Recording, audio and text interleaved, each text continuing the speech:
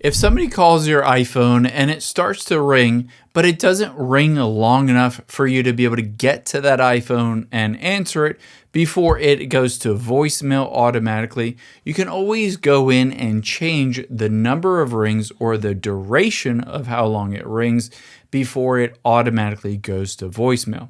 I'll show you exactly how to do that.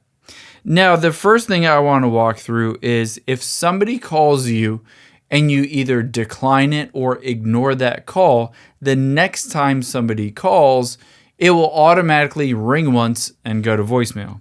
So on here, if you see a screen like this and you hit decline, or you see a screen like this and you hit that side button or power button to decline the call, again, if they call you back, it will ring once and then go to voicemail. Your iPhone essentially assumes you don't want to be bothered by that person anymore.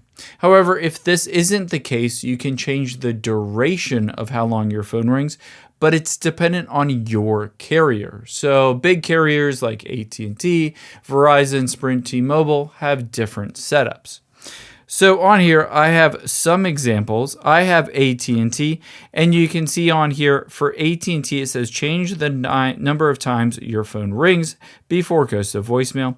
You can either call 611 to get to AT&T or 800-331-0500 and essentially ask them to extend the number of times it rings. It's usually around 4 to 6 rings, but you can have it 10, 12, 15 rings, depending on what you prefer.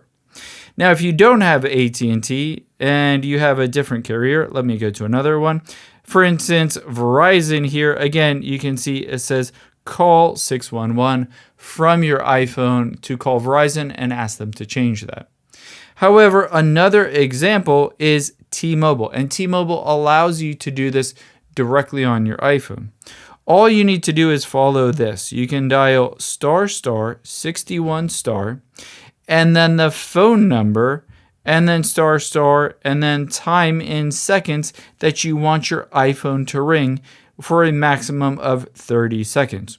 So it gives you a little example here. So just follow these steps, but only if you have T-Mobile. Again, if you have a different carrier, you might need to call them to extend that time.